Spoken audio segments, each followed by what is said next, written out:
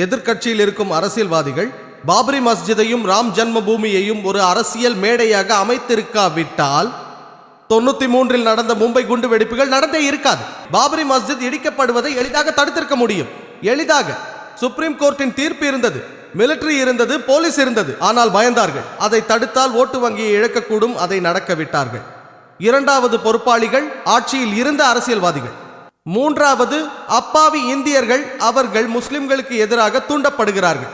நான்காவது பொறுப்பாளிகள் காவல்துறையினர். அவர்கள் நினைத்திருந்தால் மும்பை கலவரத்தை எளிதாக தடுத்திருக்க முடியும். இந்தியாவில் எங்கு நடந்தாலும் தடுக்க முடியும். ஆனால் முக்கியமாக குண்டு வைத்த அந்த நபர்கள் தவறான வழியை கையாண்டு சரியான இலக்கை அடைய இஸ்லாம் ஒருபோதும் அனுமதிக்காது.